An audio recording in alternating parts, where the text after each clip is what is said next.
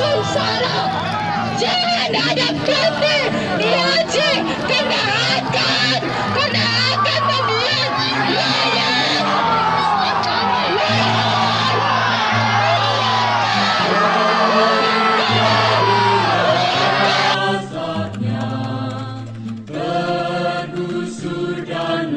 Yang selanjutnya saya sampaikan, Pak PLT Gubernur Aceh, Pak Nova Iriansyah, tadi pagi sudah berangkat ke Medan.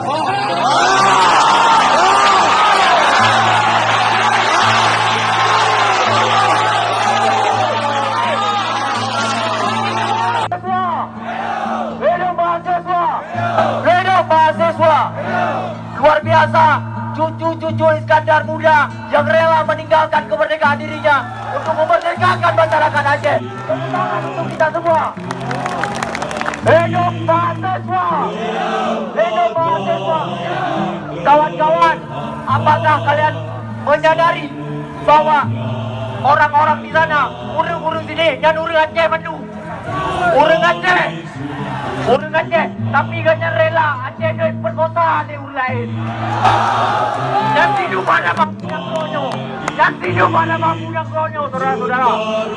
Long dari kawan-kawan ini yang rela berada di sini, lamtare urung, karena memang tujuh hukuman.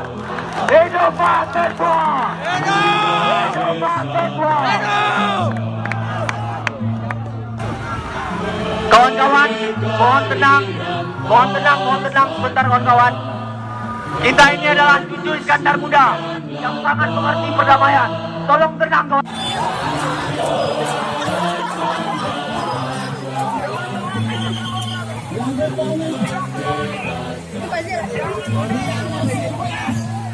Semua